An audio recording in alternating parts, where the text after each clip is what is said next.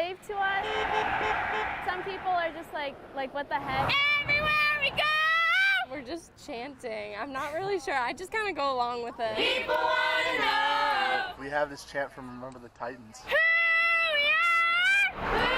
Who we are! It's getting easier the more we walk. We're Road for Hope! We're Road for Hope! Road for Hope is an 8-day walk. We call it a modern-day pilgrimage. Mighty, mighty Road for Hope! Mighty, mighty Road for Hope! Road for Hope is mainly about, not only about raising money for the charities, it's about the journey that we're taking with us. So we walk 130 miles from Lewiston, Maine, back to school, Manchester, New Hampshire. This will be the 19th year we're doing it. We've seen roadkill. I'm not even sure where we are now, still in Maine, I believe. It made me happy, you know, to be able to see people to be able to do that. Thank you. I was like, woo, high five. Great job. I think it's amazing. More people need to do that. I couldn't imagine walking 8 days on these highways too with these crazy drivers. So we got a couple more miles and it's lunchtime, which is the best time of the day. My feet are sore. 1.7 miles till lunch. We're almost there. It's just really humbling, I guess, to go a little bit slower and be in the moment. Trudging through 130 miles, you know, so I kind of like it. I think it's great.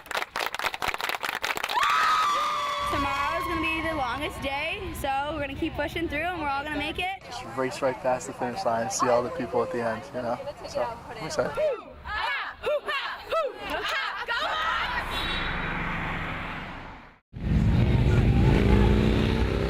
Lola's been celebrating her birthday here since she turned 90 years old. Her boyfriend used to take her here until he passed. The car was built the same year that she was born, so they're both 100 years old. Happy 100. Well, thank you very much. Everyone she meets, they fall in love with her. How can you not? Look at her. She's adorable. All these people came for you, huh? Oh my God. Look at them all came for you. The first song of the night we're going to dedicate to you, if you don't mind. I danced ever since I was 5 years old. My grandmother had me up on that dance floor. We used to dance all night long, wouldn't miss a dance. She was following me, and I don't know what I was doing. I was just moving like a fool. And dance. I used to dance all the time.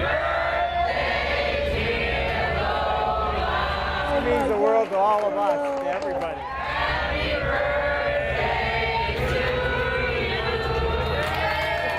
You ready for some cake? Oh, yes, I am. I know you are. Her mother lived to be 102. She's always dancing with these young guys. I'm like, you go, girl. She may sleep all morning on us, but once she's up, she's like she's 21 all over again. I said, well, we're going to be celebrating your birthday for another 100 years, I hope. And she looks like she could do it. A lot of it to do is to be happy. That has a lot to do with your whole system. And I've always been a happy person all my life.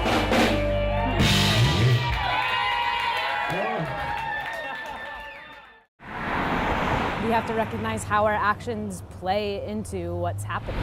The debate is over. You know, 97% of scientists support the reality of climate change. For me, climate change is really about pollution. Each of us has a responsibility and also the power to do something about it. Hey there, how are you? There's much more of a momentum here to relate to the land in a more harmonious way. These are little hills. You don't have to take a 100-mile ride on. You can bike for any distance. This is my 4th year doing this. I was biking through the mountains when I started in Vermont, so. Coming up from Yarmouth to Freeport, there's a little bit of a hill there. I don't train. I'm not an athlete. I think it's a really very visual turn signal on my bike when I'm turning to the side. I came off the bike the other day, but it's all good. They obligatorily said we're not giving you permission to ride your bike, and then they promptly brought out a handlebar and molded the cast to my handlebars. You know, a 100-mile bike ride is extreme, but a 10-minute bike ride to the store is not so extreme, and it's something that we all could do. We've got to look behind us and reflect on where we've come from, but this is really about where are we going. There are already some consequences, and those consequences will get more and more severe. Really, the most efficient machine that man has ever invented is a bicycle. Hope some other folks kind of maybe see this and think, hey, I could do that, and get out there and just give it a shot. Really recommend it. We sold the winning Powerball ticket. We sold the jackpot. A lot of people, lottery officials, news cameras, a lot of people just excited. It's a lot of money. It's the third largest single ticket win in Powerball history. $570 million.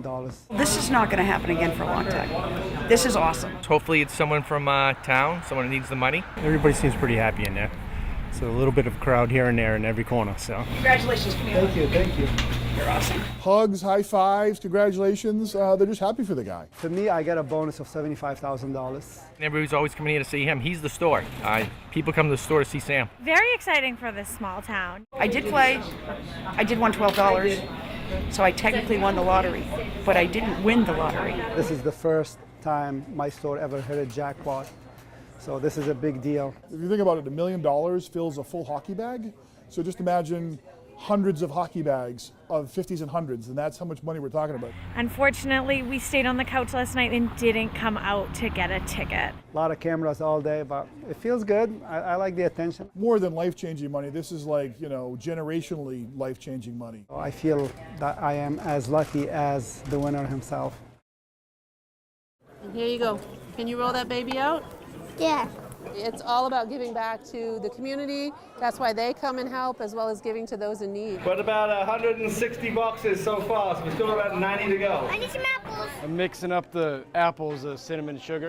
We might be 100 now, and we're trying to get to 250. Peeling, cutting, mixing, rolling, and pie. 210, I think, somewhere around there, so still about another 40 to go. I got enough probably for 2 pies right here. There you go. Good job. Woohoo! Without the help of all the community, 250 pies wouldn't happen very quickly. We get down to the end so we don't have lots of leftovers, okay? Gives you a good warm feeling. Look at all that. We give out about 225 Thanksgiving boxes, and these pies actually go in the boxes for Thanksgiving. Are the apples the best part, James? Yeah. We reached over 200, about 245, somewhere around there, so that's plenty for the Thanksgiving baskets tomorrow night that we handed out. So it's pretty cool. Well, he's super cuddly. He's just a big snuggle bug. This is what you see is what you get right here. We got him home on Friday evening. He ran off into the woods. He just slipped through the door. You couldn't chase him down. You had to get him to come to us. I know. It was minus 20. And when the dark came, 4 days of constant looking for this puppy. It was long and difficult, especially on the third night when it got down to really, really low negative temperatures. We were told to get a hold of him on Facebook. They have volunteers all over the state. They were really crucial in bringing Dudley back. Dudley is a very sweet little boy. Right when that was shared, within like 20 minutes probably, we had over 300 shares. He was in survival mode out there. We had about 150 of them out. Putting out posters. We had the whole community looking for him. We were getting some calls up and down State Park Road and Thompson Point Road. This was a live camera. They're motion detected, so it'll catch any animal that walks in front of the sensor here. We hadn't had a sighting on him in a couple days, and we were getting very discouraged. We cooked a lot of bacon, just kept it cooking. You seem to be really, really receptive to the smell of bacon and steak. This trap saved my dog's life. And when it shuts, it just closes right down like this. We had food on this end. That's what allowed us to know down to the minute that Dudley was trapped. Within a minute, we knew where the dog was. He's not as shy as he was on the run, so I think he's happy to be home. I felt confident that we could get him, and we did.